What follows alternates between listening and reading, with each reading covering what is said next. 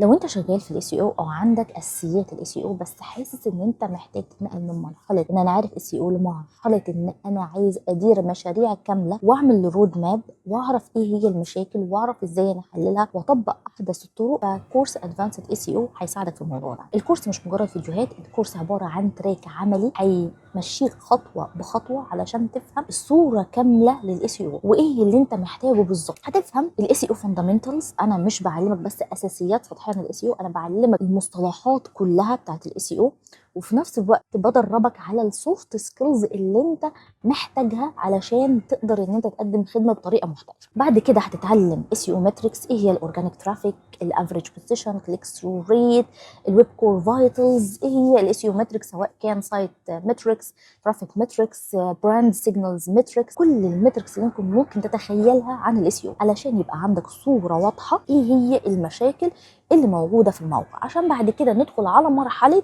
ان انت تعمل اللي هي الرود ماب للبروجكت اللي انت ماسكه، سواء كان مسكت بروجكت ارابيك ويب سايت، بغض النظر عن النيتش، بغض النظر عن البروجكت اللي انت هتمسكه، هتقدر ان انت بعد ما تعرف تعمل اس او بنش مارك تعرف الاس او ماتريكس، هتقدر تحدد ايه الحاجات اللي انت لازم تعملها دلوقتي، تعملها فيكس دلوقتي، وايه الحاجات اللي انت تعملها بعدين، وعلى حسب البيزنس جولز، تعمل امباكت على حسب البيزنس جولز. بعد كده هنخش على مرحله ان انت خلاص حددت المشاكل وعملت الاس او بنش مارك بتاعك، بعد كده هتخش على مرحله ان انت تصلح بقى، فعندك ان انت هتصلح كل حاجه متعلقه بالكونتنت، كل حاجه متعلقه بالتكنيكال ايشوز. مش بس كده، انت دلوقتي صلحت اهم حاجه موجوده في الموقع، كمان هتتعلم ازاي تطبق اللوكال اس او، ازاي تعمل اوبتمايزيشن لجوجل بزنس بروفايل، وفي نفس الوقت اوبتمايزيشن المتعلقه بالويب سايت، وازاي تعمل لوكال كي وورد ريسيرش. هتتعلم اللي هي ايه هي اللينك بيلدينج، وايه هي ازاي تحلل المنافسين، وايه هي اللينكات اللي انا ادفع فيها فلوس واللي ما ادفعش فيها فلوس،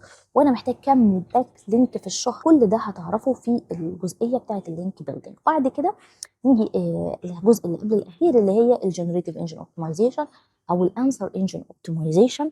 هتعرف ايه الفرق ما بينها وما بين التراديشنال اس او، وازاي واحنا بنطبق التراديشنال اس او بنعمل تعديلات في التراديشنال اس او امبلمنتيشن اللي احنا بنعملها علشان نظهر في الاي اي سيرش انجن. ونيجي بقى نقفل الكورس باس او بروجكت مانجمنت، جزء كده بسيط عن كارير كوتش ادفايس، بحيث ان انت تعرف الويكنس والفرنس بتاعتك عامله ازاي، وان انت ازاي تتعامل مع الكلاينت ازاي، وفي نفس الوقت هنديك 5 طرق ازاي ان انت تلاقي كلاينت. بعد الكورس هتكون مش شخص بس بتعلم اس او بطريقه عشوائيه او معلومات هنا على معلومات هنا، هتكون فاهم سي او، تقدر ان انت تشتغل سي او سبيشالست او سي او كونسلتنت. هتعرف المشكله فين، ما تمسك اي موقع اول بس ما تعمل اناليسيس بس بسيط للداتا هتعرف المشكله فين، هل هي في المحتوى، هل هي في التكنيكال، هل هي في الاوثوريتي، هل هي في اللوك.